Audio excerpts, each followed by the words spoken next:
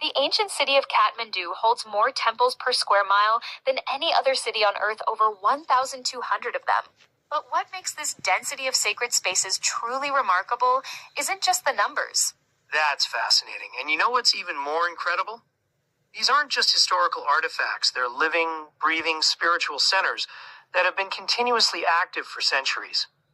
Speaking of which, I was reading about Pashupatinath Temple, and it's mind-blowing that during Mahashivaratri, more than 100,000 devotees gather there from across the globe.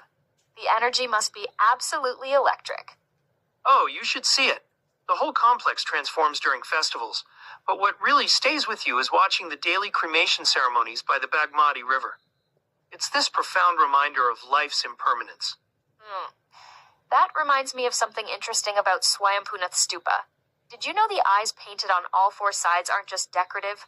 They represent wisdom and compassion, with the third eye symbolizing the path to enlightenment. Well, that's what makes these places so special. Every single detail has deeper meaning. And speaking of details, the Buddhanath Stupa actually contains the remains of ancient Buddhist masters. That's exactly what fascinates me about Kathmandu.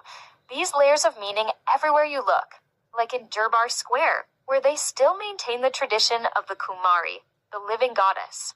The current one was selected from among 72 candidates when she was just 4 years old. You know what's particularly interesting about the Kumari tradition?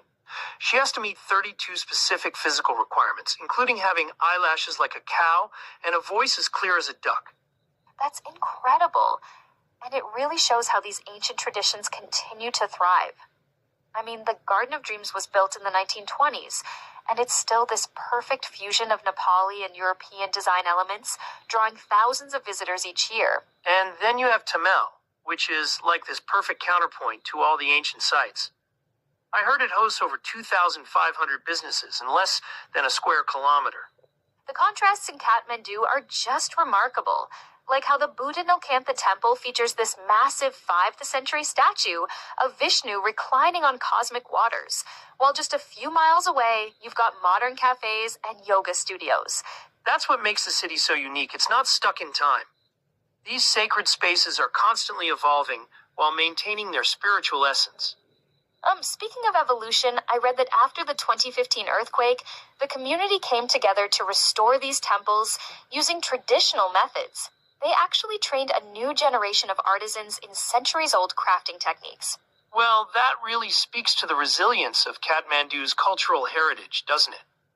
The way they preserve not just the buildings, but the knowledge behind them. And you know what's really powerful? During major